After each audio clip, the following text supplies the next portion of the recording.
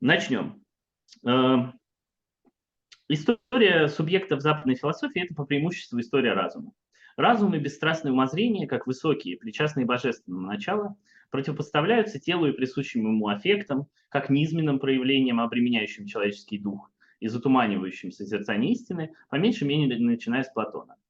Пройдя через горнило схоластической мысли, философия нового времени в лице Рене Декарта закрепляется за чистым, бестелесным мышлением, фундаментальную онтологическую и эпистемологическую роль основания индивидуального бытия и познания.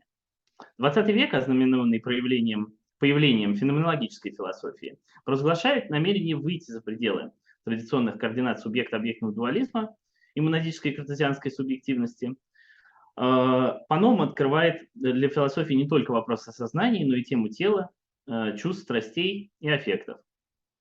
Они рассматриваются уже не в качестве помехи для традиционального взгляда разума, но не в статусе побочных работе мысли телесных проявлений, нуждающихся в усмирении, но в качестве сущности необходимых составляющих основы движения разума. История философского исследования аффектов, воспринятых серьезно и в качестве необходимого элемента человеческого сознания и бытия, связана с историей восстановления в правах категории пассивности. Историей выхода из дихотомии, где пассивность традиционно подчинена активности, или разработки принципиально новых концептуальных аппаратов понимания, способных ухватить сущностную особенность активно-пассивного бытия субъекта, как бытия в мире, бытия с миром, в отказе от их противопоставления. Итак, в нашем докладе мы осветим важный, на наш взгляд, эпизод истории вот этого восстановления пассивности в правах философии XX века. Речь пойдет о том расщеплении, которое претерпевает пассивность в дескрипциях Гуселя, а также о том выборе, с помощью которого Гусель это расщепление преодолевает. Для начала мы осветим тему пассивности как таковую, чтобы затем перейти к анализу двух ее характерных аспектов. Тема пассивности, как самостоятельного региона феноменологического исследования, оформляется в феноменологии Гуселя, начиная по меньшей мере с текстов «Идей 2». Я напомню, что «Идеи 2» — это текст довольно большой истории. Первый его манускрипт относится к 1912 году, сразу после завершения «Идеи 1». А последняя ревизия это по современным исследованиям, да, 1928 год. За это время над манускриптом работали Эдит Штайн и Людвиг ван Гребе, ассистенты Гуселя. Текст не был опубликован при жизни Гуселя, «Идеи 2». Значит, подзаглавие «Идей 2», напоминаю я, это исследование феноменологии Конституции. Другими словами, феноменологические исследования процессов, необходимых и достаточных для конституирования интенциональных актов трансцендентального «я», как субъекта идеи 1. Противопоставление трансцендентального «я» как субъекта смыслополагания, с которым мы знакомимся в идеях 1, и активно-пассивного «я» идеи 2, которые мы осветим далее, можно представить посредством противопоставления так называемых статической и генетической парадигм феноменологического исследования. В то время как статическая феноменология рассматривает наэтико-нейматические отношения объекта и коррелятивного ему интенционального акта, где как объекты, так и интенциональные структуры принимаются в качестве заранее данных и доступных для использования, в рамках генетической парадигмы как объекты, так и интенциональные структуры актов сознания обретают свою историю в качестве коррелята истории конституирующего сознания. История объектов познания должна в этой перспективе быть соотнесена с историческим становлением конституирующих структур сознания. Нужно отметить, что история понимается здесь не в качестве фактологической фило- или онтогенетической истории, понятой как хронология становления способов мышления или истории идей, но в качестве сущностной истории, в которой феноменологический анализ, опираясь на темпоральный характер интенциональности, должен выявить исторический путь нейматических данных сознания. От первого столкновения эго с объектом, предварительно пассивно конституированным на уровне фона или на уровне гелетического потока, и до поэтапного ретенциального опустошения, где объект, уже вышедший из локуса внимания эго, должен в конечном итоге sedimентироваться в качестве доступного для нового воспроизведения в дальнейшем посредством работы памяти. Коротко говоря, в статической феноменологии мы имеем дело с синхроническим рассмотрением наэтико-нейматических единств, тогда как в генетической перспективе исследования речь идет о диахроническом становлении, о предварительной подготовке и последействии, необходимых для реализации активного эгоического интендирования со стороны «я» как субъекта трансцендентального смыслополагания. То есть я от себя просто скажу своими словами, да, что у нас есть статической и генетической феноменологические вот такие перспективы рассмотрения, и в генетической перспективе у нас появляется вот это некое горизонтальное измерение, в котором у эгоических актов интендирования есть некое предварительное что-то, что происходит, и что-то, что происходит после действия. Вот, собственно, об этом будет сказано больше далее, но для начала вот так. Но это понятно более-менее? Вот мне вот сразу хочется задать такой вопрос. Покивали вроде. Да. Ага. Все. Хорошо, это понятно. Так вот, таким образом, говоря о пассивности, как о специальном регионе генетического фенологического исследования, Гусев в первую очередь будет иметь в виду ту область, которая лежит по обе стороны интенциональных актов. И пассивность будет сама по себе совсем не пассивной, если понимать пассивность как инертность или восприимчивость, но будет выступать как тот регион, по отношению к которому само «я» будет пассивным, то есть не конституирующим, имеющим дело с уже готовыми продуктами конституирования. Мы об этом больше скажем чуть дальше. Если в идеях 1 речь исключительно идет о «я» как об активном субъекте интенциональных актов, то в идеях 2 Гусель будет постоянно говорить о его активностях и пассивностях. Итак, давайте познакомимся с этим активно-пассивным «я» генетической феноменологии в том виде, как его представляет нас сам Гусель, и наметим основные характерологические признаки пассивности как аутентичного региона феноменологического исследования. Мы заранее скажем, что нам ожидать. Пассивность будет открываться нам в двух взаимосвязанных и в то же время отдельных друг от друга аспектах. С одной стороны, пассивный регион будет выступать как сфера страстей и аффектов, способных активно воздействовать на «я», конституируя живой опыт пассивности чистого «я». И пассивность, страсть и пассивность следует в этом контексте прочитывать как производные, как синонимы, производные от латинского «patior», претерпевать, выносить, быть подверженным воздействию со стороны чего-то. То есть, с одной стороны, мы имеем в виду пассивность в контексте вот этого «patior». С другой стороны, пассивность будет представлена как регион бесстрастных и по-своему механистичных в своем функционировании систем пассивного генезиса, так называемого в картезианских медитациях, так о нем говорится, да, систем препредикативного конституирования, к которым относятся такие феномены, как конституирование внутреннего сознания времени, первичный ассоциативный синтез генетического потока, ретенциальная седиментация в контексте работы памяти и прочие системы, так или иначе обслуживающие функционирование активного «я», не вторгаясь напрямую в поток живого опыта его конституирующих актов, действуя исключительно, как пишет об этом сам Гусель, на уровне фона. То есть, отметим еще раз, противопоставление идет между, с одной стороны, вот такой страстной и бесстрастной пассивностью, и с другой стороны, между пассивностью, которая как бы может активно влиять на целеполагание этого «я», а с другой стороны лишь обслуживает это «я». Так вот, продвигаясь хронологически, простите,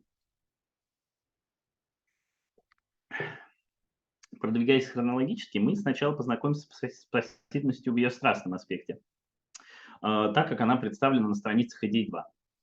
Затем мы представим пассивность как регион так называемых структур препредикативного конституирования, известных широкому кругу читателей по текстам картезианских медитаций.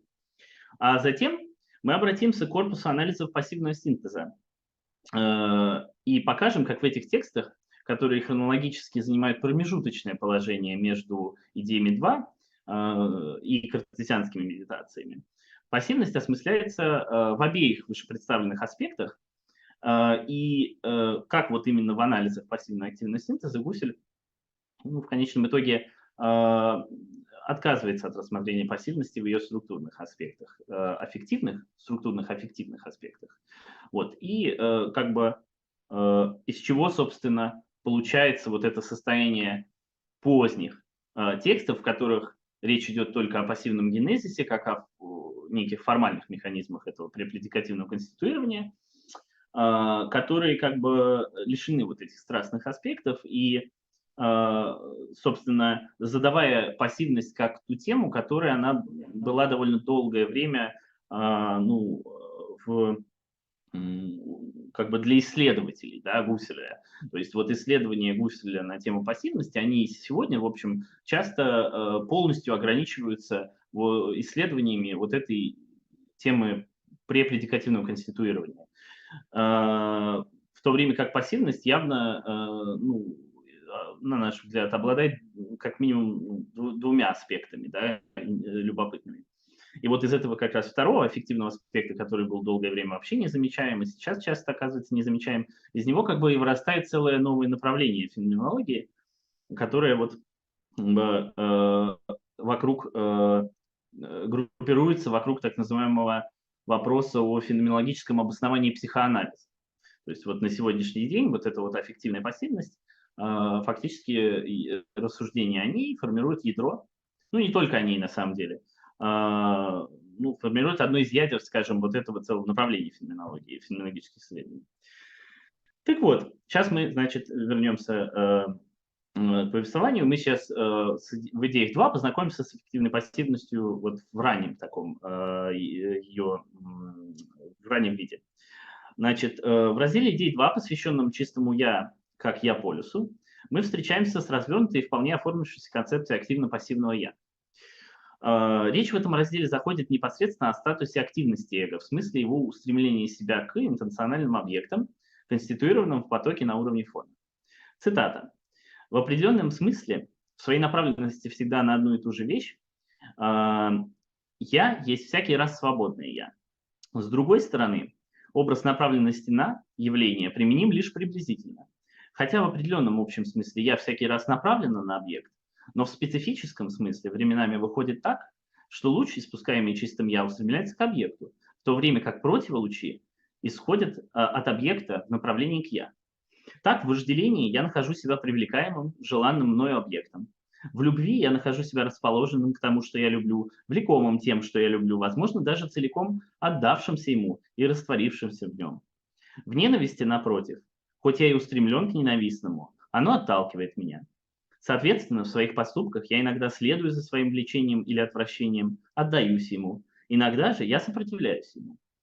Так иногда я оказываюсь затянут в трясину пассивной скорби, в тупом обездвиженном горе, в чистой пассивности. Или же я преисполняюсь страстным горем, как эмоции, все еще, однако, пассивно. Чистое «я» не только живет в единичных актах, как исполняющее, действующее, претерпевающее, свободное и, тем не менее, влекомое своим объектом, оно следует от акта к акту, испытывая возбуждение, исходящее от объектов, конституированных на заднем плане. Не поддаваясь им незамедлительно, оно позволяет им усиливаться, стучать в двери сознания. Лишь затем оно отдает себя, возможно, даже всецело, отворачиваясь от одного объекта и поворачиваясь к другому. Конец цитаты. Итак, мы встречаемся с вполне оформившейся концепцией активно-пассивного «я». Пассивность понимается здесь как захваченность, офицированность страстями в классическом смысле патиор, как мы чуть раньше сказали об этом. Само «я», однако, не теряет своей агентности. Оно вольно как отдаваться страстям, в том числе и всецело, так и оказывать им сопротивление. Отдаться в этом случае значит активно отдать себя, пойти за аффектом в результате свободного выбора со стороны свободного по своей сути «я». Это не значит, что никакая страсть не способна затянуть в трясину сопротивляющееся ей «я», однако и здесь последнее все еще обладает шансом на активное освобождение в качестве собственной потенции, по мнению Гусселя. Далее по тексту, всякий раз, когда на страницах идеи 2 будет идти речь о «я», Гуссель будет говорить о его активностях и пассивностях, как с необходимостью соприсутствующих способах его бытия. Таким образом, в текстах Гусселя впервые обретает место пассивность в своем страстном, аффективном аспекте. Как мы видим, на данный момент речь о пассивности как о, например, бессознательности не идет. То есть те влечения, да, которые испытывает «я», вот в этой цитате, которую мы наблюдаем, они не являются, они не скрыты, они не в каком-то там неуловимом пространстве бессознательного, они даны «я» в каком-то смысле, да, «я» их воспринимает, эти противолучи, так называемые, «я» воспринимает, да.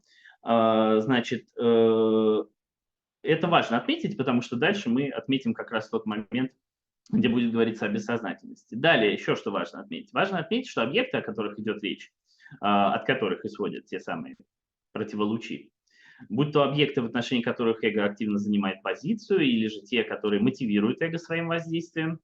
В корпусе идей 2 понимаются Гуселем как изначально конституированные в актах этого же эго.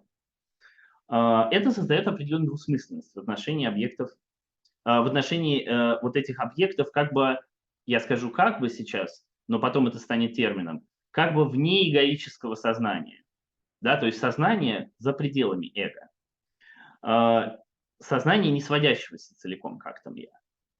Так вот, двусмысленность это в идеях 2, она состоит в том, что объекты, конституированные как первичные предметы чувственной преданности, будут рассматриваться Гуссерлем в качестве конституированных интенциональных объектов сознания. Однако субъектом конституированных этих предданных интенциональных объектов будет пока признаваться лишь эго, но не так называемое внеэгоическое сознание в целом. Добавка здесь есть такая, что вот в 12 приложении, в пункте 2 12 приложения к идеям 2, Гусель говорит о пассивной интенциональности, акты, которые протекают без привлечения эго, как о первичной и в то же время неаутентичной сфере интенциональности, по отношению к которой следует говорить не о направленности на в подлинном смысле, а о репрезентации. Таким образом, внеэгоическое сознание, так называемое в текстах идей 2, не обладает аутентичной интенциональностью, однако объекты на уровне фона уже обладают определенной степенью автономности в отношении «я». Да, то есть мы понимаем, что здесь мы видим такой вот промежуточный этап вот этого, точнее, начальный даже, я бы сказал, этап вот этой разработки, вот этой темы пассивности, да, в которой как бы уже есть понимание, что существует что-то, что предшествует интенциональному акту, и это что-то, в частности, существует в плане некоторой подготовки вот этого материала объектов, да, с которыми потом я имею дело, с которыми я интендирую, да.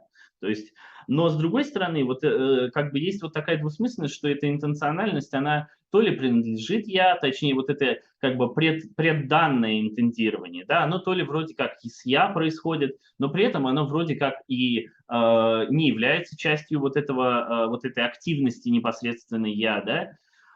И в приложении мы видим вроде как какие-то рассуждения о внеэгоической интенциональности, но она якобы не аутентична. Да? То есть как бы Гусель ну, где-то на полпути к тому, чтобы целиком определить вот такую вот сферу внеэгоического, да, внеэгоических актов. Вот в корпусе анализа, к которому мы обратимся позднее, эта двусмысленность будет разрешена. И Гусель в качестве интенциональности осмыслит в качестве универсального закона функционирования, присущего сознательной жизни в целом. Большую часть которой там уже в анализах будут составлять именно внеэгоическое сознание. Большую часть сознания и большую часть сознательной жизни в целом будут составлять акты этого внеэгоического сознания. В то время как эгоические сознательные акты получат название актов в узком смысле слова. Или, собственно, эгоических актов. Вот. Это значит, мы сказали сейчас о, собственно, аффективной пассивности, сказали немножечко о том, что она пока у нас не аутентичная. Теперь мы немножечко скажем о том, собственно, что там с бессознательным в идеях 2. В смысле вот этой вот двусмысленности, о которой я как раз сейчас сказал, да, что они вроде как не самим эго производятся, эти объекты, да, предданности, но с другой стороны, вроде как и самим эго. Так вот, в подпункте ассоциации как вид мотивации, пункт 56, идей 2, Гусель говорит о пассивности как признаке принадлежности бессознательной сфере, причем бессознательной в кавычках. Цитата. Вся область ассоциаций и привычек попадает в этот раздел. К ним принадлежат, в частности, седиментации предшествующих актов и свершения разума, или то, что возникает по аналогии с последним в качестве оперцептивных единств, не образованных в действительности никакими актами разума, или же вообще образованных целиком неразумными действиями, чувственность, навязывающая себя, предданная, влекомая в пространстве пассивности. Отдельные составляющие этой сферы черпают мотивацию в неясном фоне и обладают психическими основаниями, в кавычках, относительно которых можно задать вопрос, как я попал сюда, что меня сюда привело. Зачастую наши мотивы, в кавычках, оказываются глубоко зарыты, но могут, однако, быть выведены на свет посредством психоанализа, в кавычках, Мысль напоминает мне о других мыслях, вызывая в памяти прошлые пережитые мною опыты и так далее. В некоторых случаях можно воспринимать этот процесс. Тем не менее, в большинстве случаев мотивации, действительно присутствуют в нашем сознании, не выступают на свет. Они остаются незамеченными, незамечаемыми, в скобочках, в кавычках, бессознательными. Конец цитаты. Сейчас я поясню последовательно несколько пунктов. Да? Пространство пассивности в цитате, которая вот была до перерыва, да, недвусмысленно ассоциируется с бессознательным. Пассивность означает здесь, с одной стороны, указание на факт неконституированности со стороны «я», и, с другой стороны, очерчивает сферу актов, принципиально недоступных «я». Таковыми, к примеру, являются акты конституирования спонтанных ассоциаций по аналогии. Я должен тут сказать, что тема ассоциативности – это очень такая крупная тема у Гусселя, и я ее затрагивать не буду. Но в целом хочется отметить просто вот эту разницу, да, что есть что-то бессознательное, скажем, ну, в разных смыслах вообще, конечно, употребляется, но вот есть так вот принципиально, да, что-то бессознательное в том плане, что оно как бы не конституированное я, но типа теоретически может быть конституированное я тоже, да, или интензировано со стороны я.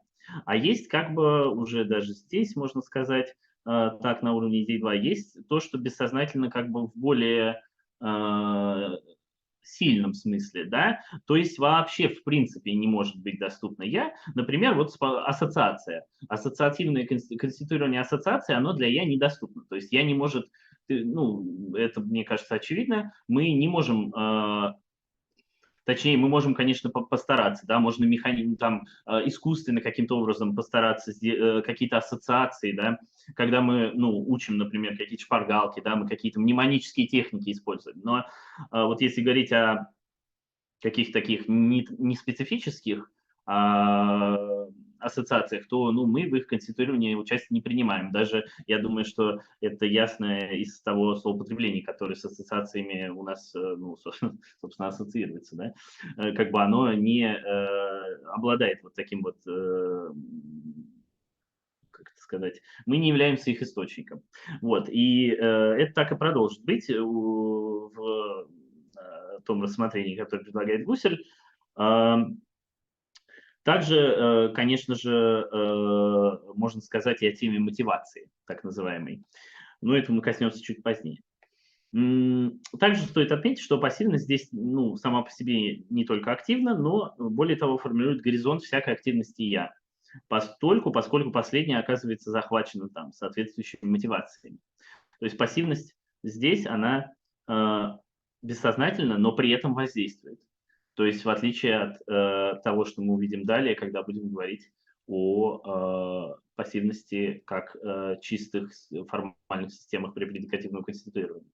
Так вот, значит, таким образом, если в первом фрагменте, который мы смотрели, речь шла об официровании активного «я», которое было доступно последнему в качестве предмета тематической рефлексии, в данном отрывке, переходя к теме ассоциации и мотивации как таковых, в их, так сказать, актовом, а не содержательном аспекте, Гусель ясно указывает на недоступность и для непосредственного схватывания как самих процессов конституирования ассоциативных связей, так и тех принципов, которым подчинено конституирование.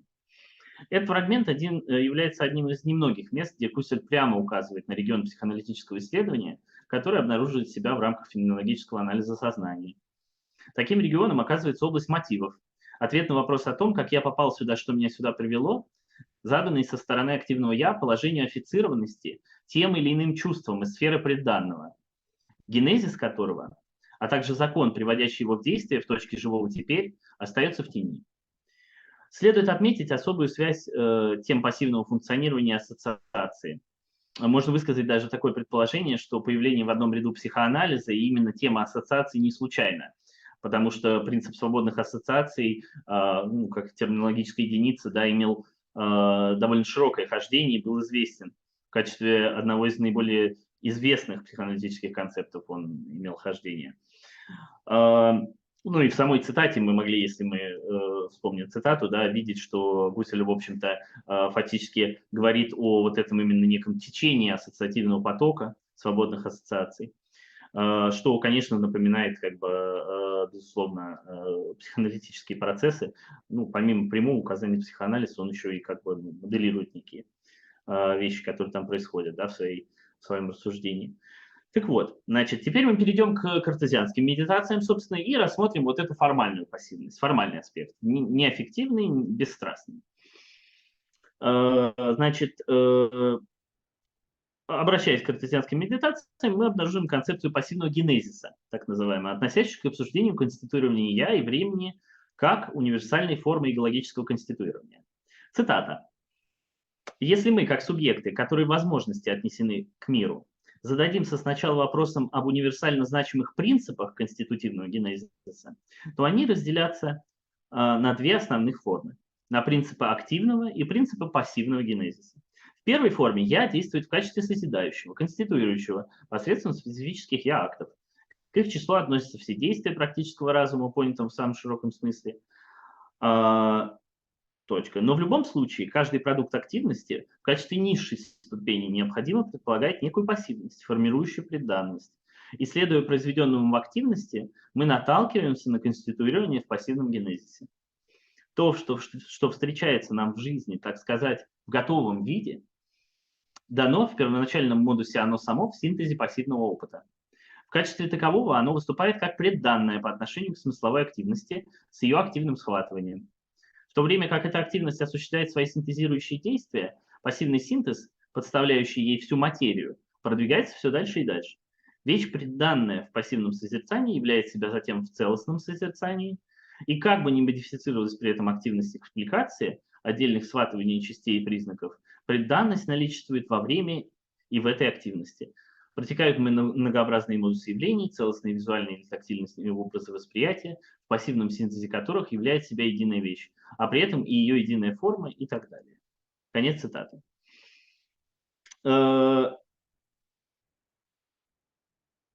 Здесь мы, как видим, пассивность не нуждается в сопутствующей активности «я», но конституирует всякий материал для последней и таким образом фундирует ее. Пассивность пассивного генезиса манифестирует отсутствие зависимости от иного, отсылает к автономности и фундирующей роли по отношению к иным процессам, протекающим в поле феноменальной субъективности. Другими словами, пассивность подразумевает как бессознательность, то есть в ней эгоический характер актов, принадлежащих соответствующему региону, так и фундирующую роль по отношению к смыслополаганию активного «я». То есть вот на уровне картезианских медитаций у нас есть уже автономный регион пассивности, пассивность как то, что исполняет фундирующую роль по отношению к любому смыслополаганию активного «я». И речь здесь, как мы видим, идет вовсе не о страстности или о каких-то аффектах, да, или о каких-то мотивациях даже. Речь здесь идет о различных формальных системах препредикативного конституирования, к которым, как уже было сказано ранее, относится конституирование того, что называется внутреннее сознание время, да, абсолютный поток внутреннего сознания времени, и другие системы, я не буду в это углубляться, которые в целом, ну вот мы можем представить, как было сказано ранее, да, как то, что подготавливает почву или материал, дает объекты для «я», которого, смыслополагание которого, в общем-то, в некотором плане ограничено. Представляет некий узкий коридор вот этой всей сознательной жизни в расширенном смысле, так называемом, да. Так вот, значит, это отчасти перекликается с тем, что было сказано о пассивности ранее, однако именно в поздних текстах Гуселя мы можем зафиксировать явно, что пассивность обретает свой статус полновесной и автономной, не менее значимой, чем активность концептуальной единицы, требующей отдельного исследовательского поля и рефлексивной работы по прояснению. В контексте пассивного генезиса пассивность обретает новый статус, новую роль в качестве фундамента любой активности. Цитата. «Благодаря этому пассивному синтезу, в состав которого, следовательно, входят и результаты активного синтеза, я всегда находится в окружении предметов». Конец цитаты. Пассивность идеи 2 от пассивности картезианских медитаций отделяют специальные исследования 1920-х годов. В частности, это 4 как сказать, сеансы лекций, да, 4 курса лекций, которые составили основной корпус анализов пассивного синтеза. Вот, тексты, который вышел в 1966 только году, в 11-м томе Гуссерлиана, и на самом деле, который и именно своей как бы недоступностью и неизвестностью очень сильно повлиял на исследование на стыке психоанализа и феноменологии в классический период, то есть в 60-е годы, на исследование Derrida, на исследование Рикера. Фактически можно до определенной степени утверждать, что ни тот, ни другой к текстам анализов пассивного синтеза не обращается и не учитывает их просто, можно так сказать. То есть, об этом будет сказано, наверное, чуть в конце. Так вот, значит, но тем не менее именно в этих текстах, в анализах, да, пассивные синтезы закрепляют за собой фундаментальный статус базовых механизмов генезиса феноменальной субъективности. Тот статус, который они уже в картезианских медитациях имеют. В текстах корпуса анализов пассивного синтеза регион пассивного генезиса в первую очередь осмысляется Гусселем в качестве области, в которой обнаруживают работу с различной системой препредикативного конституирования, о которых было сказано. Однако пассивности как регионов страстей и аффектов также находится место в дескрипциях Гусселя. То есть наша гипотеза состоит в том, что именно в анализах эти два региона переплетаются, и именно в анализах Гуссель принимает в некотором смысле такое принципиальное решение ограничиться в своем исследовании только одним из аспектов, да, и пытается, в общем-то, наметить вот эту линию демаркации, которая проходит между аффективной пассивностью и пассивностью, собственно, в ее формальных аспектах препредикативного конституирования. И, собственно, вот на это мы сейчас попробуем обратить внимание. Для того, чтобы обратить на это внимание, для начала хочется ввести немножко в контекст, потому что, честно говоря, вот этот момент меня самого немножко шокировал в исследовании Гусселя, поэтому мне хочется как бы поделиться этим как неким открытием, да, возможно, не для тех, кто исследует эти темы, но для тех, кто вообще с Гусселем сталкивается, потому что Гусселя мы знаем, как трансцендентального, как феноменолога именно вот статической феноменологии, как феноменолога идеи 1, как феноменолога, где в поздних текстах речь, может быть, и заходит о какой-то там пассивности, но исключительно вот в таком формальном аспекте, да, и ни в коем случае не в связи как бы с бессознательным, да, и в связи с этим, да, мне хотелось бы дать общее определение привести, которое дает Гуссель вообще вот этому сознанию в расширенном смысле, на которое я несколько раз ссылался, и которое для вот трансцендентальной феноменологии, да, то есть имея в виду феноменологию такую идею 1, да, является в некотором смысле, конституирует некий разрыв, да, с ней, вот это определение. Так вот, значит, цитата. «Жизнь бодрствующего эго содержит не только такие эгоические живые опыты, в которых я присутствую в качестве актуального функционального центра, придавая своим переживаниям форму эго-когита, как говорим мы вслед за Декартом. Бодрствующую жизнь постоянно и с неизбежной необходимостью сопровождает небодрствование заднего плана. Бодрствующее эго со всеми его переживаниями специфического бодрствования, переживаниями эго-когита, обладает постоянным и широким горизонтом переживаний заднего плана, в которые эго не вселяется и в которых оно не обитает. Это могут быть ощущения, например, ощущения звука, но эго к ним не пробуждается. Физические тела или телесные существа могут появляться в окружающем я-пространстве как в состоянии движения, так и в покое, но я не совершает в их отношении акта «я воспринимаю» или «я рассматриваю». Чувства могут быть переплетены с этими переживаниями заднего плана или с их объектами, что выливается в изменение общего состояния в сторону радости или горя. Кроме того, наклонности, переживания, влечения также могут быть там укоренены. Туда же относятся вспышки интуиции, возникающие фантазии, воспоминания, теоретические откровения и даже движение воли и решения, которые, тем не менее, не воспринимаются эго. Только в том случае, если эго исполняет их, они приобретают форму эго-когита. Форму «я захвачен своей фантазией фантазийными образами», «я продумываю эти теоретические озарения», «я исполняю движущее веление» и так далее. Конец цитаты. Таким образом, новая сфера феноменологических исследований оказывается определена как своего рода область когитатио без участия эго. Область когитатио сознания без участия эго. Гуссель указывает, что автономия относительно активного «я» не значит, что регион не содержит актов. Всякий акт в специфическом феноменологическом смысле сознания чего-либо или интенционально проживаемого опыта, принадлежит не только «я-полюсу», но и переживаниям заднего плана. Их субъектом будет вот это сознание в расширенном смысле. А акт в узком смысле слова или эгоический акт будет, вот, соответственно, ассоциироваться с эго. Да? То есть у нас появляется вот этот субъект некий, сознание в расширенном смысле. Отметим, что в анализе Гуссель различает два рода пассивных феноменов. Мы их уже называли, просто еще раз скажем о них. Это первичная и вторичная пассивность. Первичная – это пассивность как сфера феномена сознательной жизни, имеющих место в качестве подготовительной работы, своего рода, прежде всякого возможного вовлечения со стороны «я». Вторичное – это то, что имеет дело с ретенциально удерживаемыми продуктами синтетической активности «я», к которым сохраняется доступ к дальнейшему. К первому роду относятся самотемпорализация, установление первичной структуры, ассоциативной структуры генетических данных, пробуждение и распространение аффективных стимулов.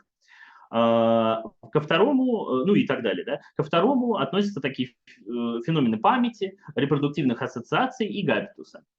Вот мы видим тему ассоциативности, да, она разделяется на два больших раздела. Да, это репродуктивные и первичные ассоциации, поэтому как бы мы этого не будем касаться, но просто это действительно очень большая тема у Гусселя. То есть, так вот, значит, мы для того, чтобы, собственно, вот это переплетение, заявленное между аффективными и формальными аспектами, рассмотреть, мы, собственно, обратимся к вот этому феномену, который здесь был перечислен, связанному с распространением аффективных стимулов.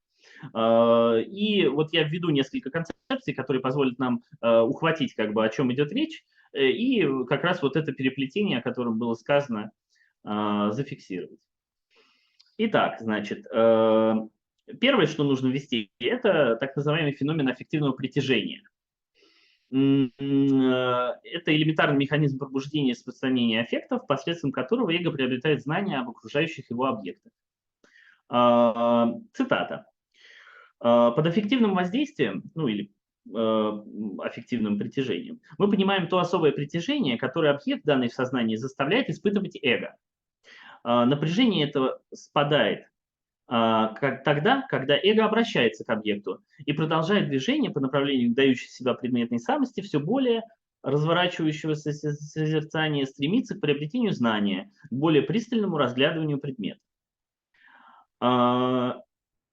Здесь мы имеем дело как бы с наложением двух моментов, я не буду на них подробно останавливаться, а именно первый момент – это вот эта идея горизонтности самого вот этого нашего созерцания, да, что созерцание всегда содержит в себе определенный раскол, первичное сознание, созерцание, оригинальное восприятие, возможно лишь как сознание, с одной стороны, тех сторон предметности, которые даны непосредственно, ну вот это вот знаменитый пример с шкафом, да, который мы обозреваем, но, который мы созерцаем, но не созерцаем заднюю его стенку, да, всегда созерцаем только с какой-то стороны. Так вот, одна из частей это первичная, вот это вот, точнее, это вот это непосредственное данное, а вторая это некий горизонт того, что только подразумевается или сополагается как соприсутствующее. Это первый аспект того, что мы вот в этой цитате находим, которую мы сейчас привели. Второй аспект – это, собственно, сам вот этот вот механизм аффективного притяжения, да. Ну, понимаем, да, модель, то есть вот есть объекты, и что они делают? Ну, они, по сути, в каком-то смысле по Гусселю, да, они взывают к «я». И это не метафора. Я вам приведу сейчас цитату, где мы встречаем монолог вещи, которая влечет субъекта к познанию самой себя. Ну про познание, собственно, извините, я еще добавлю, да, что вот эта горизонтность как бы в данный момент не открытых восприятию, да, сторон объекта, которая только подразумевается в этом непосредственном восприятии, она Гусселем понимается не просто как наличие потенции к восприятию объекта со всех сторон, а как еще и некая воронка, некая влекущая к тому, чтобы восприятие всех сторон все-таки состоялось. То есть вот эта вот особенность гуселевской вот этой горизонтальности, вот этого восприятия, да, в том, что это не просто есть непосредственно данные и потенциально как бы возможное к восприятию, а в том, что вот это потенциально возможное в таком ключе эпистемофилического влечения, да, оно влечет я, то есть я как бы вообще-то подвержена вот этому влечению к тому, чтобы познать объект целиком. Так вот, цитата. Мы отмечаем, что во всяком восприятии каждый единичный аспект воспринимаемого объекта сам по себе указывает на некую континуальность, многообразные континуумы новых возможных восприятий, и в частности именно тех, в которых тот же самый объект будет открывать нам все новые стороны. Он взывает к нам: здесь все еще много того, чего ты не видел, покрути меня во все стороны, дай своему взгляду пробежаться обо мне, притяни меня ближе, раскрой меня, раздели меня на части, огляди меня снова и снова, поворачивай меня так, чтобы разглядеть меня со всех сторон. Так ты узнаешь меня, всего меня таким, какой я есть, все черты моей поверхности, все мои внутренние чувственные качества, etc. Конец цитаты. То есть, ну, мы понимаем, что с одной стороны это как бы и не метафора, а с другой стороны, конечно, это и метафора такого вот эпистемофилического драйва, да. И модель понимаем, да, то есть объекты, они некие зовы производят в отношении я. Так вот, очевидно, что зовы различных объектов аффицируют я в различном отношении. В конечном итоге горизонт тематического интереса я ограничен, и внимание я достается лишь немногим объектам из всей совокупности конституированных на уровне фона предметностей. И вот отвечая на вопрос как раз о законах организации, который позволяет вот каким-то образом приоритизировать одни аффективные стимулы, да, и деприоритизировать другие, да, условно говоря, мы такие сталкиваемся, ну, это наш способ, да, об этом сказать, вот с этим с достаточно ярким кейсом вот этого переплетения аффективных и формальных аспектов пассивности. Так вот, значит, Гуссель дает два рода законов, которые позволяют вот эту приоритизацию произвести. Я извиняюсь заранее, видите, мы тут как бы в подветке уже, но как бы мы здесь неспроста, просто так уж получается, если вот снова я просто захотелось как-то путь наш прочертить, да, то мы как бы сейчас говорим о законах, которые позволяют приоритизировать аффективные стимулы, которые вот влекут я, да, в формате вот этого обсуждения вообще вот этих формальных механизмов распространения аффектов, да, и интензирования со стороны я. Так вот, значит, первая часть, первый род законов, который выделяет Гуссель, это, ну, можно так их обозначить как законы контраста или закон контраста. И он очень прост. Для понимания его можно понять по модели, он подразумевает модель вариации интенсивности стимуляции зрительного поля. Вот, например, пример. Вот есть долина Рейна ночи, и есть ряд фонарей, которые освещают эту долину. Гусель говорит о том, что более яркий фонарь будет естественным образом привлекать в ряду других фонарей большее внимание со стороны эго. Также другой пример закона контраста, да, и, соответственно, эго будет автоматически, как бы механически, да, бесстрастно влечься к тому, чтобы обратить внимание именно на этот более яркий фонарь, по крайней мере, в первую очередь. Другой пример – это громкий хлопок в соседней комнате, не знаю, там, на улице, да, появляется контрастный стимул, приоритизация сразу выстраивается в его пользу, да, то есть контрастный стимул, он наверх попадает этого стека объектов, эго обращается к нему. Опять же, бесстрастно, фактически на уровне вот какой-то инстинктивной деятельности, если можно так сказать. Это первая часть законов. Но, как очевидно, да, в этих законах мы не находим ответа на все наши вопросы по поводу этой приоритизации, да? А именно, если мы представим не какой-то особенный случай, когда возникает какой-то особенно интенсивный стимул, да, а обычный случай, где стимулы, они более-менее в своей интенсивности рядоположены, то совершенно непонятно, как же все-таки в таком случае организовать вот эти, организуются, да, по факту они организуются всегда, и это очевидно тоже, да, что мы никогда не наблюдаем какую-то вот симультанную, да, воздействие множества, да, нет, всегда есть какой-то приоритет, чему-то отдается. Как же все-таки в случае, если нет какого-то особо интенсивного стимула, да, осмыслить вот эту организацию, осмыслить вот эту приоритизацию? Так вот, значит, Гусель говорит, что осмыслить ее можно с помощью обращения, конечно, к чувственной сфере. Но оговаривается. И оговаривается интересным образом. И вот сейчас мы в цитате увидим, как он оговаривается относительно того, что в эту чувственную сферу будет включено. Цитата.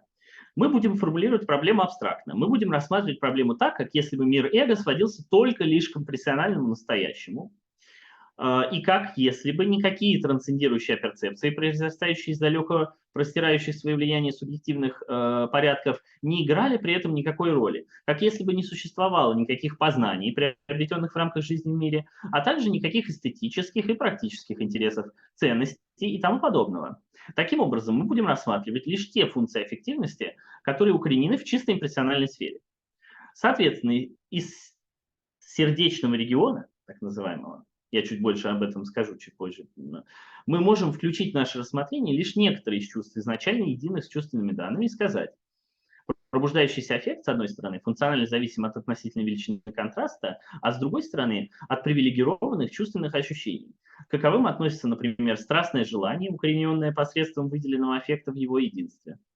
Мы даже можем допустить изначально инстинктивные, связанные с влечением предпочтения.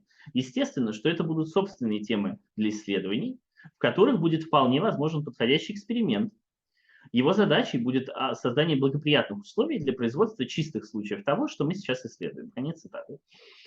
Значит, мы видим, что Гусель пытается ограничить то поле, да, которое вот чуть раньше, где мы в неэгоическое сознание мы сказали о когитатию, да, поле когитатию, оно было очень широким, очень обширным, да, там были и теоретические откровения, и волевые решения. Вот здесь мы видим, что он хочет ограничить поле тех чувственных ощущений, да, он говорит о привилегированных чувственных ощущениях, да, значит, которые он включит в свое рассмотрение. Но, тем не менее, без них как бы никак не обойтись. Значит, про сердечную сферу хочется сказать, потому что это нагруженный термин. Значит, что такое сердечная сфера? Это, собственно, термин, которым Гусель в анализах отделяет формальную пассивность механизмов препредикативного конституирования от аффективной пассивности, как в области как раз таких вот страстей и влечений, способных вторгаться и как-то модулировать целеполагание активного «я». Это, собственно, термин этот, это понятие гемют. Словарный перевод предлагает ряд возможностей. Нрав, душа, характер. Однако мы в своем изложении перенимаем тот вариант, который предложил переводчик анализов на английский язык Рудольф Бернет.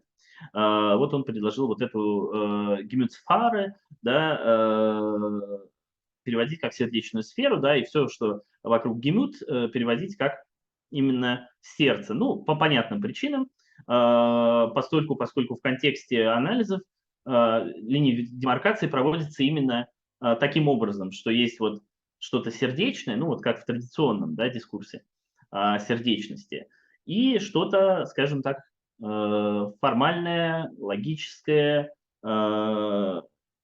бесстрастное. Так вот, значит, сердечная сфера будет очерчивать в корпусе анализов пассивность в его эффективном аспекте. Пример, который приводит Гусель, вот к слову о том, что только что было сказано, да, про вот эту вот категоризацию, да, вот этих аффективных стимулов, точнее, приоритизацию, да. Это пример Да, сейчас, простите. Э, Гусель не уточняет, в каком смысле, что именно выпадает из совокупности тех привилегированных чувственных ощущений, которые укоренены в чисто имперсональной сфере и не будут исключены ими из рассмотрения. Само это замечание можно рассматривать в русле присущей Гуселю тенденции исключения из своего исследования пассивной сферы всего непосредственно аффективного в качестве фактичного или историчного. Но тем не менее, задаваясь вопросом о том, цитата, «когда то, что мы рассматривали в абстракции от вопросов аффективного воздействия, как что-то существующее и становящееся, когда оно в действительности оказывает аффективное воздействие на эго, когда группа, конфигурация, принадлежащая полю видимого или тактильно ощущаемого, или же акустическая серия, мелодия, в действительности выходит на первый план для меня», конец цитаты, Гусель приходит к ответу, который включает в себя как закон контраста, так и, собственно, законосообразности или законы, да, сердечного региона. Только в этом случае в анализах, как Гусель отмечает, возможно вообще какое-то соответствующее единство. Пример, который приводится, это пример следующий. Мелодия играет для нас целиком на уровне фона, в то время как мы сами заняты чем-то другим. Вдруг, особенно сладкозвучная, как говорит Гусель, музыкальная фраза, вызывает у нас удовольствие и неудовольствие, и в одно мгновение вся мелодия выходит на первый план как целое. Как указывает Гусель, именно частная конкретность звуковой последовательности привлекла наше внимание. И в этой связи мы можем указать, что как бы здесь без истории никак. То есть вот здесь историчность субъекта, вот это то, что Гусель пытался исключить, да, то есть вот говоря о том, что мы будем рассматривать только импрессионально настоящее, ее просто невозможно редуцировать, оказывается. Потому что если мы зададимся вопросом о том, как же все-таки действительно так получается, что вот в этом примере, да, мелодия выходит на первый план, мы, ну, естественным образом приходим к идее, и Гуссер сам приходит к этой идее о том, что речь идет об удовольствии и неудовольствии, речь идет о том, что имеет свои корни в конкретной исторической фактичности субъекта. А я напомню, что, ну, вообще-то мы имеем дело все-таки с, конечно, трансцендентальным рассмотрением. Несмотря ни на что, в генетической феноменологии, как было указано нами в начале, да, речь не идет о какой-то конкретной фактичной истории субъекта. Речь идет о как бы идентической истории. И, ну или чистой истории, не знаю, как сказать, я не буду возвращаться к цитате, она была чуть раньше. Смысл понятен. Речь идет о истории вне вот этой конкретной фактичности, да, и в этом весь смысл как бы ну, борьбы с психологизмом, да, который Гусев понимает еще в самом начале, и, чем Гусель имеет дело всю дорогу, в общем-то, по ходу своих феноменологических разработок, да, ну, с обвинением в психологизме в той или иной форме. Так вот, получается, что рассматривая, ну, на наш взгляд, получается, по крайней мере, что рассматривая вот эти аффективные механизмы, да, формальных вот этих моделей, да, оказывается недостаточно. И получается так, что мы как бы выходим напрямую к историчности и фактичности этого субъекта, да, которого опыт которого, собственно, и опыт нашим опытом, собственно, является. И редукция, ну, терпит в каком-то смысле свое поражение, да, в этом.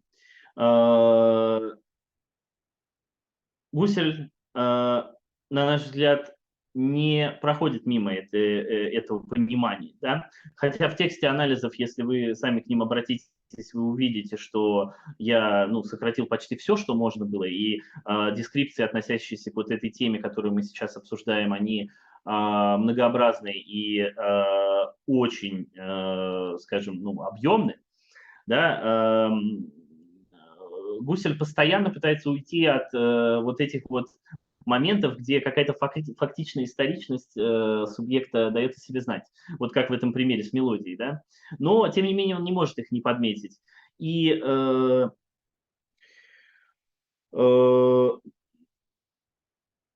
законы, в соответствии с которыми музыкальная фраза вызывает удовольствие и недовольствие, непосредственно не даны, скрыты в переплетениях, обозначенных Гуселем ранее привилегированных чувственных ощущений «я», однако эффекты наличия подобных законов выступают на первый план.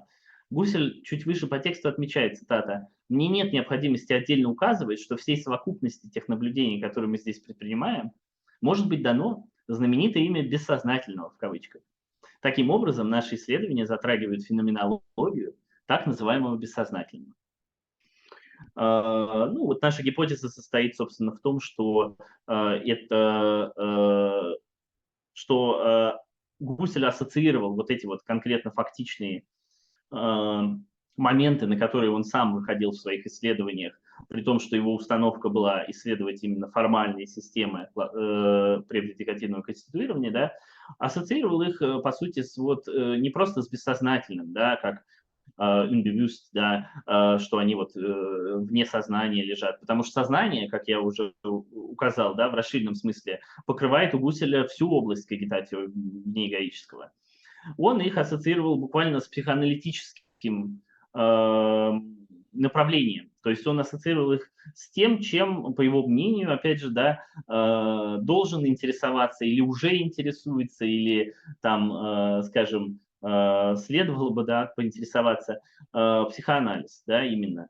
Причем, ну, конечно, на наш взгляд, речь идет все-таки о психоанализе в общем смысле, в психоанализе Фрейда, да, не каком-то там специальном психоанализе. Есть, ну, работы, в которых утверждается, что, например, Гуссель знал только Юнга. Да, вот наше впечатление, оно ну, противоречит скорее вот этой гипотезе. Но это как бы тут можно гадать, можно гадать. Ну вот, соответственно, мы уже переходим к завершающей части. Дальше будет просто небольшая часть, посвященная современному состоянию исследований на стыке феноменологии и психоанализа, которые просто непосредственно к этому относятся. Я, ну, постараюсь, ну, я коротко скажу, на самом деле об этом не буду углубляться, и оставлю время на вопросы тогда. И вот, ну, давайте уже завершим Да. действительно мой доклад как-то в основной его части. И скажем следующее, что вот по ходу дальнейшего осмысления темы пассивности бессознательное приобретет у Гуселя собственный понятийный смысл. Бессознательность выступит в качестве указания на нулевую степень эффективного воздействия со стороны объекта, конституированного в прошлом и затем ретенциально опустошенного, вплоть до нулевой степени различимости и эффективного воздействия, отошедшего в безжизненное пространство конкретных седиментаций, обитающих в отдаленной от воспринимающего я сфере. Однако дебютирует бессознательное в текстах Гуселя в качестве знаменитого имени. В контексте 20-х годов, это цитата знаменитого имени, оспорить наличие в этих словах отсылки было бы, на наш взгляд, непросто. Предположение, которым приводит нас наше исследование, состоит в том, что Гусель последовательно соотносит пассивный регион, рассмотренный в его эффективных аспектах, с предметной областью разработки психоанализа. Область пассивных синтезов аффективности, область мотивов, цитата, интересов в широком смысле, оригинальных или уже приобретенных суждений сердца, инстинктивных влечений или даже влечений более высокого уровня, конец цитаты, согласно нашему рассмотрению, представляется Гуселю той сферой, для которой психоанализ, или, как было процитировано выше, возможно. Соответствующий эксперимент, позволяющий производство чистых случаев, предоставляет адекватную методологию исследования.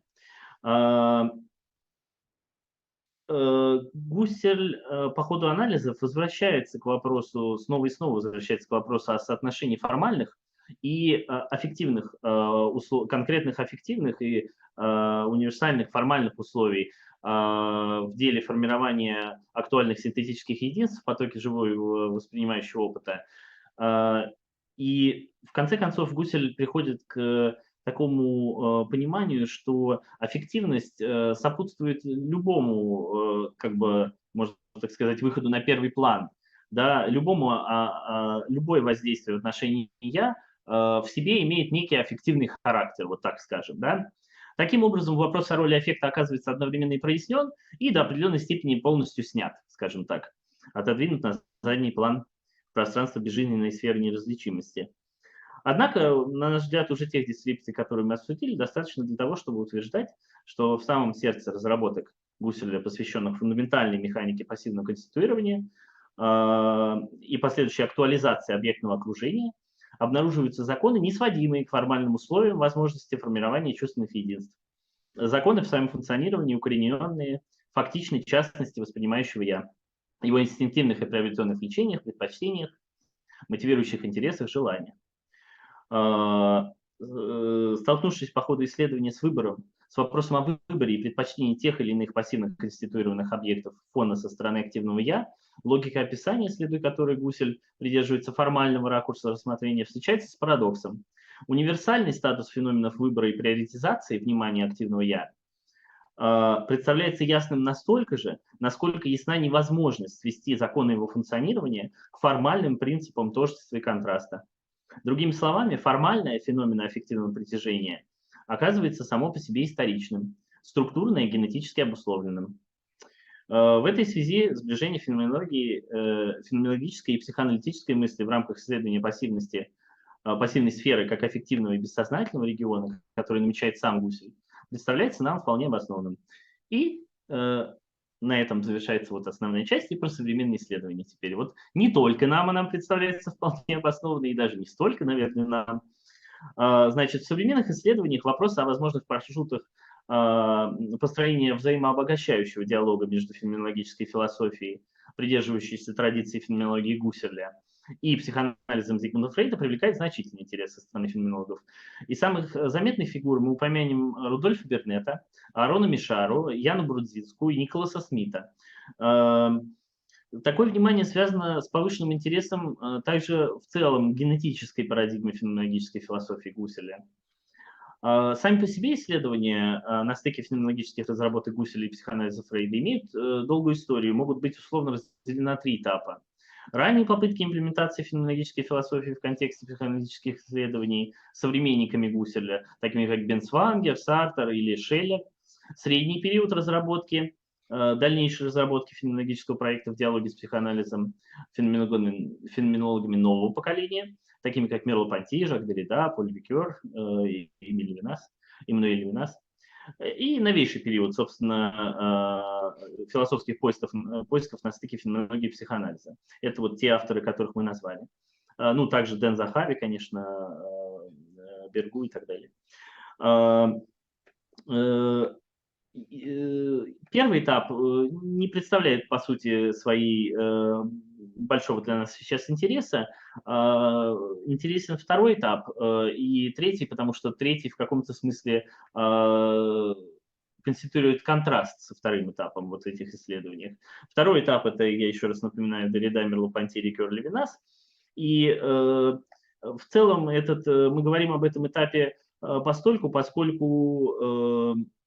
его выводы были в свое время довольно важны для этой темы в целом, о которой мы говорим, а именно о теме разработок на стыке феноменологии и психоанализа, поскольку вот, в частности, Рикер и Деррида приходят более-менее при всей, несмотря на уникальный характер и индивидуальную специфику их проектов, приходят к практически одному и тому же выводу основному, согласно которому феноменология Гусserля не способна полноценно включить в свое предметное поле психоаналитические феномены. То есть на вот этом втором этапе речь шла о том, что это, в принципе, провальная инициатива, то есть идея не сработает. Да? Это было, помимо прочего, обусловлено консенсусом в отношении рецепции феноменологического проекта Гусселя, который понимался в плане проблематики отношений эго и внеэгоической сферы, как по большей части сводящейся к статической феноменологии, в то время как генетическое измерение воспринималось скорее в связи с проблемами кризиса, картезианских медитаций и других поздних текстов, где примат активного «я» как объекта феноменологического исследования за редкими исключениями под вопрос не ставился. То есть в поздних текстах, по сути, мы не находим той какой-то субверсивной потенции этой пассивности, какой-то вот этой вторгающейся, страстной, эффективной пассивности, которую мы находим в более ранних текстах и находим также на страницах анализов пассивного синтеза. Такой консенсус связан по большей части, на наш взгляд, с тем, что анализы пассивного синтеза увидели свет только в 1966 году и только со временем вошли в исследовательский обиход и были изучены. В современных же исследованиях тема пассивного конституирования, как феноменологии бессознательного, в кавычках феноменологии влечений, в кавычках, а также иные темы, традиционно объединяемые под рубрикой пограничных проблем феноменологии, привлекают повышенный интерес. Вот, например, 42-й том Гусселя, так называется, «Пограничные проблемы феноменологии». И там опубликованы собственные исследования Гусселя по теме влечения, мотивации. Современные исследования можно объединить можно разделить на две базовые группы. Это, точнее так, Козырева, наша коллега Александра Козырева, по-моему, Александра, я могу ошибаться сейчас, разделяет современные феноменологические стратегии освоения бессознательной сферы на базе феноменологии Гусселя на два больших класса. Это репрезентационные и нерепрезентационные стратегии. В основании репрезентационных стратегий лежит наследие квантической мысли Брентана и раннего среднего Гусселя. Постановка проблемы, которую Гуссель принимает у Брентана, связана в этом контексте с определением сознания в качестве внутренней репрезентации, сопровождающей ментальные акты. Такая репрезентация в определении Брентана обладает особым характером интимности, позволяющим ей оставаться необъективирующим и нерефлексированным образованием, предотвращая бесконечный регресс, в который неминуемо впадает мысль о сознании как внутренней репрезентации. Понятие сознания, таким образом, отсылает к ментальному феномену, обладающему определенным содержанием, где явление самих актов сознания предполагает внутреннюю репрезентацию содержания, сопровождающуюся явлением самого акта как такового. Такая модель предполагает непостижимость бессознательного сознания, проистекающую от невозможности помыслить внутреннюю невоспринимаемую репрезентацию. И именно в этой линии в отношении вопроса о бессознательном придерживался Гуссель в своих ранних и средних текстах. Такая линия феноменологического исследования бессознательного, в которой бессознательное в противоположность сознательному региону определяется в качестве области, не обладающей эксплицитной репрезентацией в поле ментальной жизни субъекта, находит свое развитие в исследованиях, принадлежащих репрезентационной группе. То есть репрезентационисты, условно говоря, да, они исследуют то, что так или иначе репрезентирует себя в сознании. К ним, в частности, относится Бернет, предметной сферой исследований которого выступает анализ бессознательной репрезентации в фантазии и, в частности, манифестации бессознательных репрезентаций в репродуктивном внутреннем сознании. Ну, бессознательных, понятно, в кавычках. Согласно его интерпретации, бессознательное может быть прояснено феноменологически не в качестве невоспринимаемого сознания, но в качестве самосознания иного типа, определенного как посредством того, что является предметным содержанием такого типа самосознания, будет отсутствующее или чуждое, так и посредством того, какой характер имеет само явление такого самосознания особого рода. Репродуктивный модус явления в противоположность импрессиональному. Этот подход также обнаруживают работы Брудзинский, Яна Брудзинский, описывающие бессознательное в качестве фантазматика воображаемой структуры интенциональности и рассматривающий бессознательное в качестве манифестации отсутствия и первичной инаковости. Иной подход к проблеме феноменологического исследования бессознательного региона представляет нерепрезентационные стратегии, в рамках которых вопрос о возможностях наблюдения непосредственной репрезентации бессознательного уступает место исследованию пассивного региона в качестве внутренне присущего и необходимого в сфере активного эгоического функционирования. Такая оптика рассмотрения обнаруживается в поздних работах Гусселя, означенных переходом от статической к генетической феноменологической парадигме и рассмотрением вопроса о пассивном конституировании, в частности на страницах анализов, а также ярким образом в работах Мерло-Понти. В современной дискуссии нерепрезентативный подход находит продуктивную разработку, например, монографии Захави, Дэна Захави, посвященной анализу аффективности и пассивности, в работах Аарона Мишары, где предлагается модель феноменологического понимания бессознательного, а также свою модель феноменологического понимания бессознательного, разработанную на основании соответствующей теории вытеснения, предлагает в своей монографии Николас Смит, который называется, собственно, его монография «Навстречу феноменологии вытеснения». Ну, естественно, психоаналитический термин.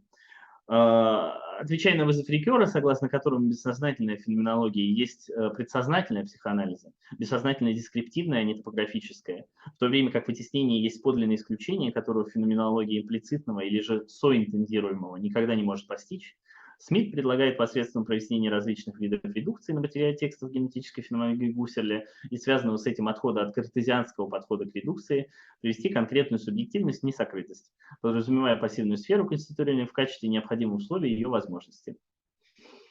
Также сама исследовательница Козырева к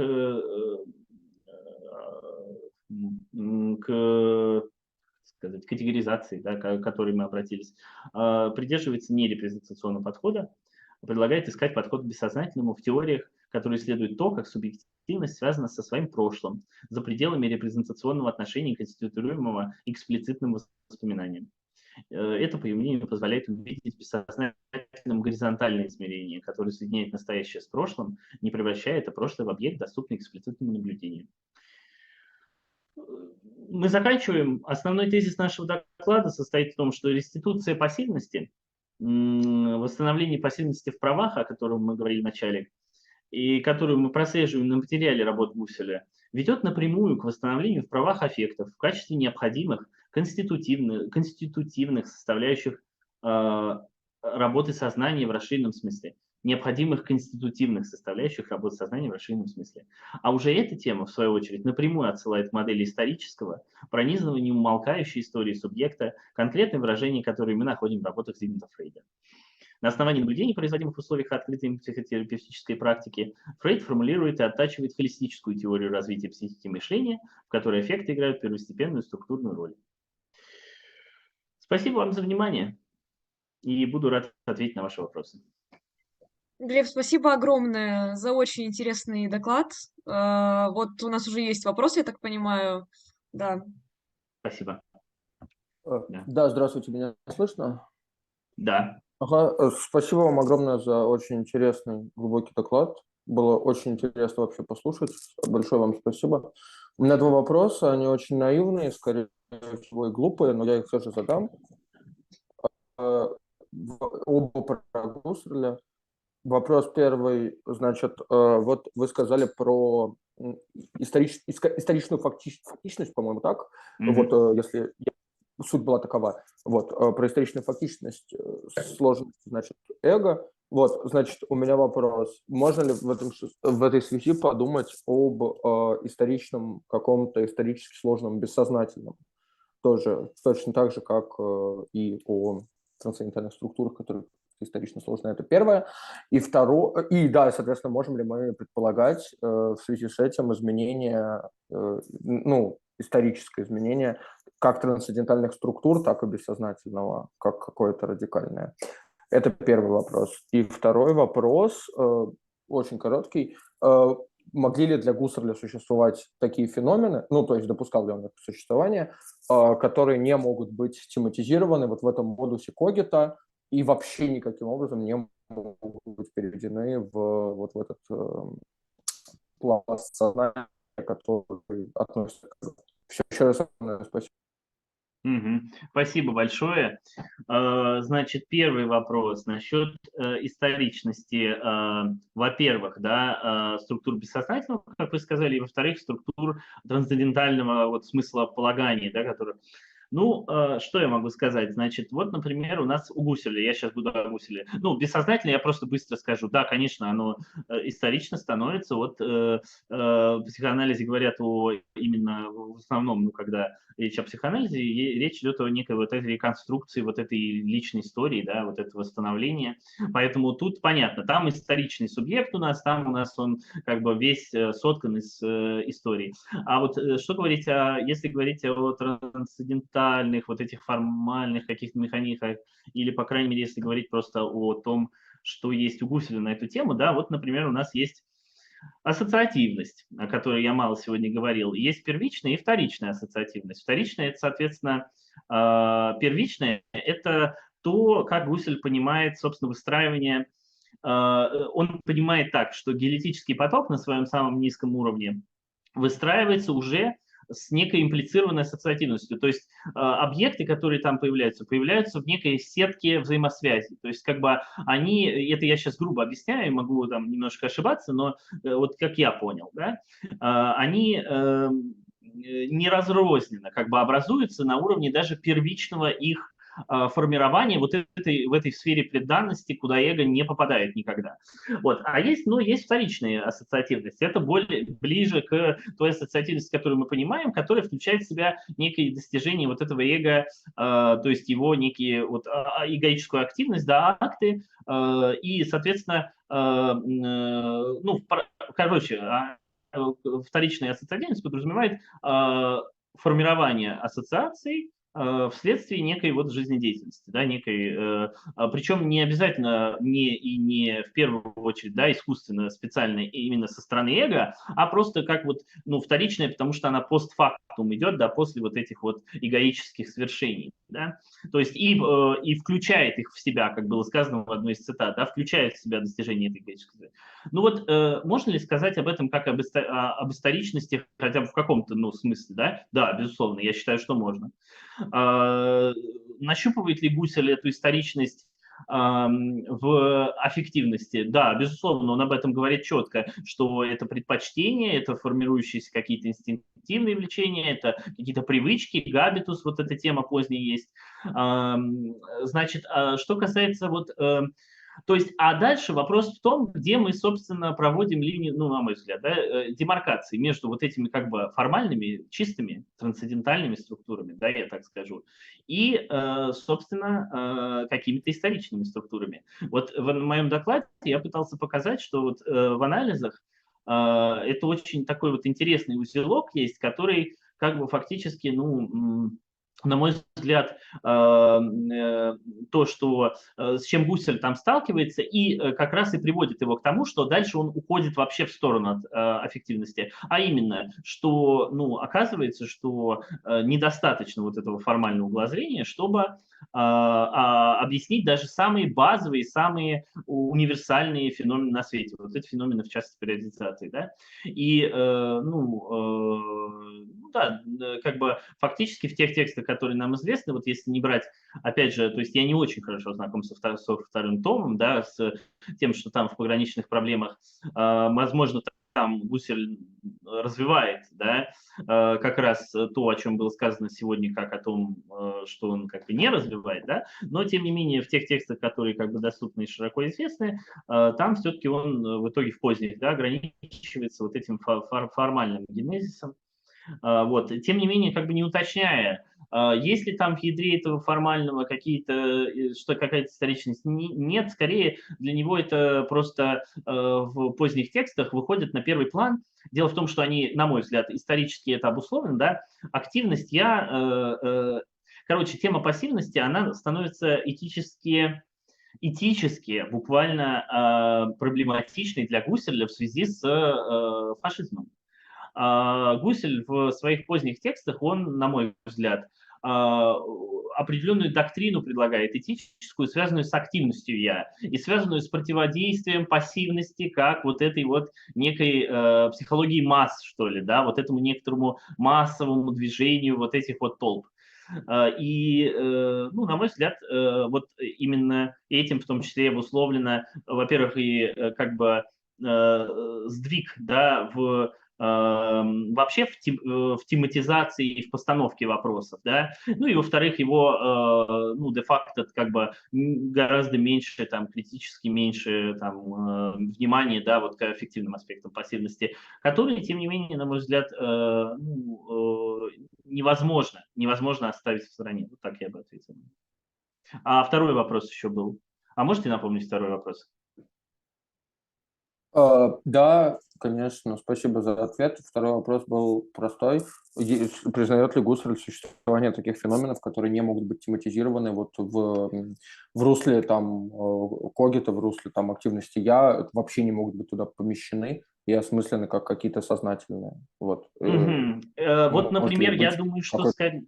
Я думаю, что я бы ответил скорее «да». Вот к ним относятся, например, феномены первичной ассоциативности.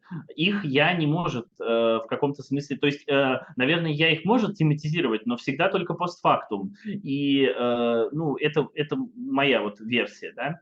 То есть, что, да, есть... Вот вообще к формальной пассивности, да, к предикативным механизмам конституирования относится, мне кажется, довольно большое количество вещей, которые как бы в принципе недоступны тематизации со стороны «я», кроме как вот такой некой теоретической тематизации. Я имею в виду недоступны непосредственному схватыванию. Да? Ну, например, ретенциальная седиментация. Это, ну, чисто парадоксально, то есть как бы непосредственное схватывание ретенциальной седиментации невозможно поскольку ретенциальная седиментация позволяет в качестве условия необходимого своей работы имеет как раз уход я, локуса внимания тематического интереса я, да, с объектов. То есть вот ретенциальная седиментация – то, что происходит после. И поэтому, как бы, если мы снова их тематизируем, то мы уже автоматически ее прерываем, да, как бы, то есть, как бы, ну, и там есть тексты Гуселя, да, где он дает довольно нюансированную разработку, да, того, как эта седиментация происходит, что там вот есть вот этот вот, как бы, момент, когда уже нулевая степень эффективности ретенциальное опустошение достигает, и объект уходит полностью в то, что он уже называет тогда бессознательным, да, именно в своем феноменологическом смысле. Но, как бы, да, так что да, я бы ответил, что да. Огромное спасибо за ответы. Спасибо вам. Да, у нас есть вот еще одна поднятая рука. Видимо, Миша хотел задать какой-то вопрос. Да. Да, я тоже хотел задать вопрос. У меня вначале небольшой такой комментарий. Мне показалось, что воззвание вещи похоже чем-то на то, чем сегодня занимается объектно-ориентированная онтология, да, и вот все то, что Грэм Харман манифестирует. Вопрос мой, опять же, так же, как и в случае Данилы, наверное, не от человека, который является гуслеведом или специалистом, да, в каких-то очень узких вопросах, поэтому он может показаться с какой-то стороны наивным. Если я правильно понял, поправь меня, Глеб, пожалуйста, если это не так, ты разделяешь, да, как бы доклад на несколько частей, где, с одной стороны, ты рассматриваешь аффективную пассивность, а с другой стороны, пассивность скорее формальную. То есть, да, то, о чем ты говоришь в связи с картезианскими медитациями. Так вот, если аффективная пассивность требует, вот в этом месте поправь меня, как мне показалось, аффективная пассивность, она требует какого-то все-таки сосуществования или соотношения с активным эго, то во втором случае, в случае формальной пассивности, пассивный генезис, да, он как бы фундирует активное эго и в таком случае носит какой-то бессознательный характер, да, ты говорил о внеэгоических актах. Так вот, Да. у меня было два вопроса, один технический такой, как бы связанный с историко-философским интересом, можно ли сказать, какие вот конкретно этапы там, в творчестве Гуселя, да, вот разделяют одно и другое, как-то разделить их либо по работам, либо по годам. То есть это такой технический вопрос. И второй вопрос, скорее уже содержательный. Вот в первом случае, как я понимаю, мы все-таки можем разделить пассивность и активность в рамках субъекта, то есть, ну, скажем так, математически их разнести. А во втором случае можем ли мы выделить какое-то, ну вот, можем ли мы найти то, что мы обычно за Гуссерлем подразумеваем, да, будучи уже заражены, инспирированы как-то постгуссерлианские мысли, вроде там, не знаю, Жака Деррида, можем ли мы подозревать, что там все-таки сохраняется какое-то ядро такое активное, какой-то вот субъект присутствия, который при этом не является таким психоаналитическим или ницшеанским эффектом его внутренних разнонаправленных сил. То есть, да, в случае психоанализа или марксизма или ницшеанства мы всегда подозреваем, что эго является скорее эффектом, а не причиной действия.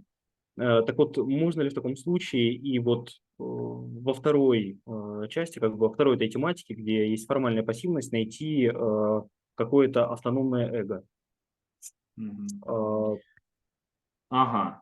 Не знаю, насколько корректно это звучит. То есть, Звучит отлично. Да, я понял вопросы, наверное, но я еще попрошу вот второй повторить, пока буду отвечать на первый, наверняка подзабуду там конкретную формулировку второго, но я сейчас услышал, понял. Значит, отвечай на первый.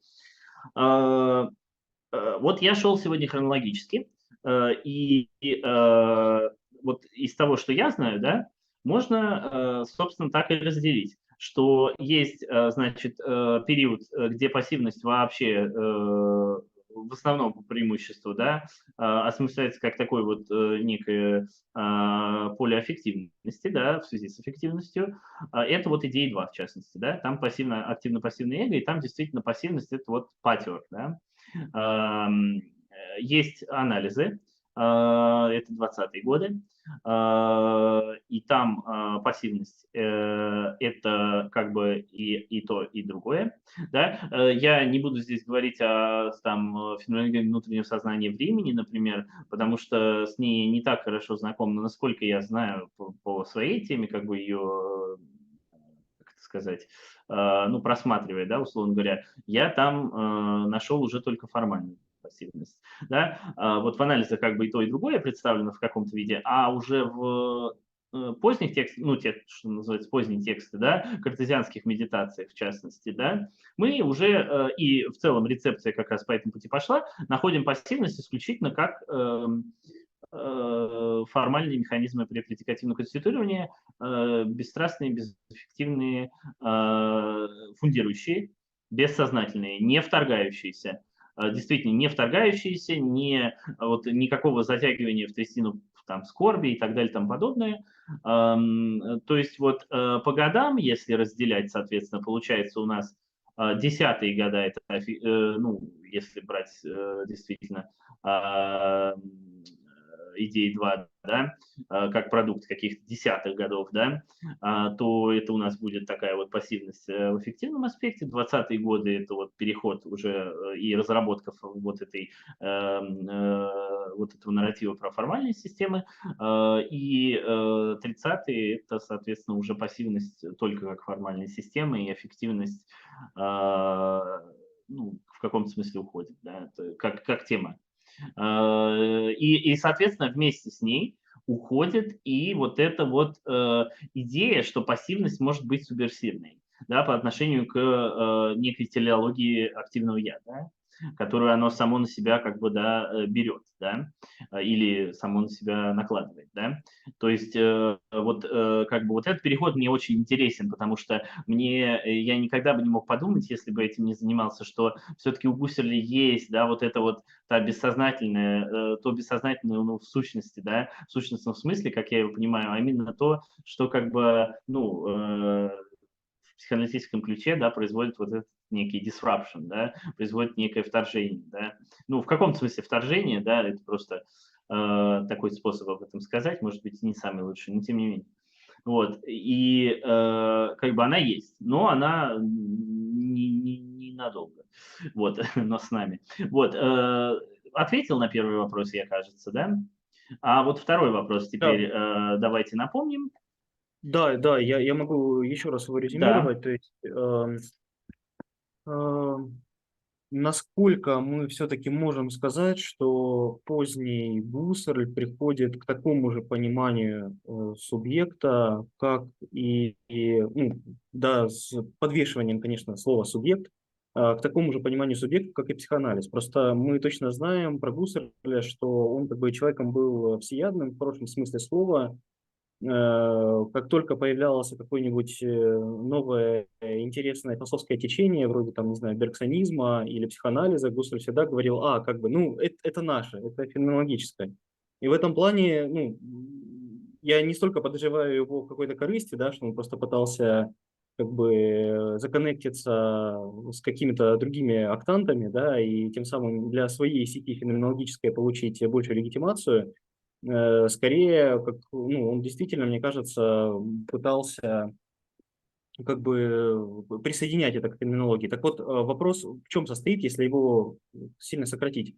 Все-таки для позднего Гусserля, о котором как раз вот ты рассказываешь, можно ли сказать, что сохраняется какое-то ядро автономного эго, которое в конечном счете и которому принадлежит некоторое переживание? Или же все-таки, как в случае Ницше или Фрейда, мы говорим о том, что это не я мыслю, не когита, а скорее мысли являются мне посредством большого другого или бессознательного, или там каких-то подводных разных течений воли и так далее. То есть происходит ли в полной мере эта инверсия? Или все-таки это только заигрывание с психоанализом, но в конечном счете у Гусserля свои цели, и он как бы не столько инспирированный? Да, Значит, ну, мое мнение здесь такое, что у него действительно свои цели и свои задачи, и свои, в общем, предпочтения. Честно говоря, мое мнение состоит в том, что он не хотел, он довольно специально не хотел заступать на поле, которое сам представлял себе, как вот то, чем занимается типа психоанализ. То есть каждый раз по тексту, где мы встречаем в анализах, например, да, что-то вот такое вот около такой вот психоаналитическое, ну, то есть, например, аффективность как какую-то вот модулирующую, да, что-то, например, в работе «Активный я». Мы чуть-чуть так прикасаемся к ней и сразу уходим на другую тему. Сразу уходим на другую тему. То есть вот это вот характер такой вот, это есть такая драматургия вот в этом тексте, на мой взгляд, Гуселя, ну, в этом собрании текстов Гуселя, да, в которой он все время так отталкивается от этого и в другую сторону идет, отталкивается и в другую сторону идет. То есть вот это, тем не менее, да, и как бы вот это вот, как бы, вот эти точки отталкивания, если провести по ним контур, то понятно, что вот очерчивают они вот эту некую зону, которую он сам понимал как, собственно, психоаналитическую какую-то вот зону интереса. Вот, значит, субъект у Гуселя свой, на мой взгляд. Он в поздних текстах, как я уже сказал, на мой взгляд, он избирает это совершенно, ну, сознательно, да, такую линию интерпретативную, где он превозносит активность, где активность стоит ну, на первом месте, и, то есть, как бы стоит в том смысле, что вот он ее ставит на первое место. Как бы, да. Есть пассивность, но она просто готовит почву.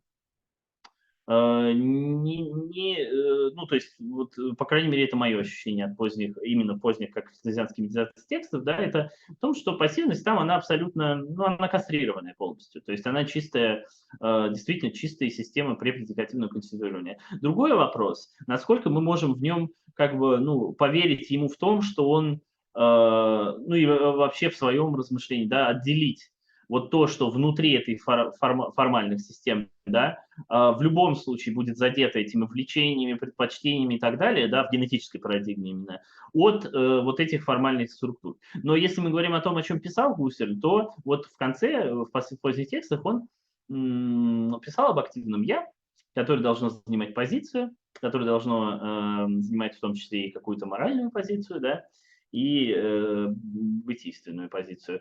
Вот, ну, это вот мое представление, по крайней мере, об этом, поэтому эту модель децентрированного субъекта, да, вот эту как бы модель,